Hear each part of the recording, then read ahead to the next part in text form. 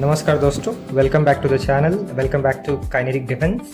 एक न्यूज़ 2 दिन से काफ़ी डिस्कशंस में है कि सुखोई 57 एक्सपोर्ट वेरिएंट के टॉक्स एडवांस स्टेजेस में पहुंच गए हैं। रशिया के VION की रिपोर्ट में ये मेंशन हुआ है कि रशियन सोर्सेस ये कंफर्म करती हैं कि सुखोई 57 एक्सपोर्ट वेरिएंट को लेकर इंडिया साइड के साथ टॉक्स एडवांस स्टेजेस में हैं और ये नेगोशिएट किया जा रहा है कि कुछ एयरक्राफ्ट फ्लाई अवे कंडीशन में लिए जाएंगे और बाकी के एयरक्राफ्ट इंडिया में लाइसेंस मैन्युफैक्चरिंग के थ्रू हाल दौड़ा बनाए जाएंगे।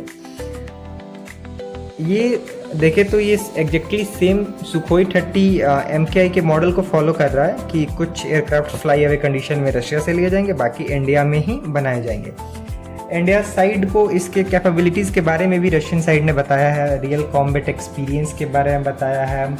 ये भी बताया गया है कि इसका इलेक्ट्रॉनिक वारफेयर शूट जो है वो कैसे एक एज मेंटेन कर रहा है एयर डिफेंस सिस्टम्स के ऊपर। इंडिया इसे इसलिए भी लेने में इंटरेस्ट दिखा रहा है क्योंकि पाकिस्तान J-35 इंपोर्ट कर रहा है चाइना से, जो कि एक 5th जनरेशन फाइटर जेट है। राफेल चाहे कितना भी अच्छा फाइटर जेट हो, बट वो एक 5th जनरेशन फाइटर जेट के सामने कैपेबिलिटी लैक करता ही है। रशिया इंडिया को ओरिजिनल FEG-FA के ऑफर को भी कंटिन्यू कर रहा है इंडिया के, जिसमें इंडिया के रिक्वायरमेंट के हिसाब से एयरक्राफ्ट बनाए जाएंगे। यहाँ पे हम समझते चले कि टॉक्स एडवांस स्टेजेस पे हैं, ना कि नेगोशिएशन। ये हमें समझते हुए चलना होगा कि इस डील में रशिया हमें सोर्स कोड भी दे रहा है, जो कि काफ़ी हाईली अनलाइकली लगता है। ICD तक समझ आता है, बट सोर्स कोड मतलब एयरक्राफ्ट का फुल एक्सेस दे देना। इस ऑफर में हमें वेपन पैकेज भी मिल रहा है, जिसकी लोकल मैन्युफैक्चरिंग इंडिया में ही की जाएगी।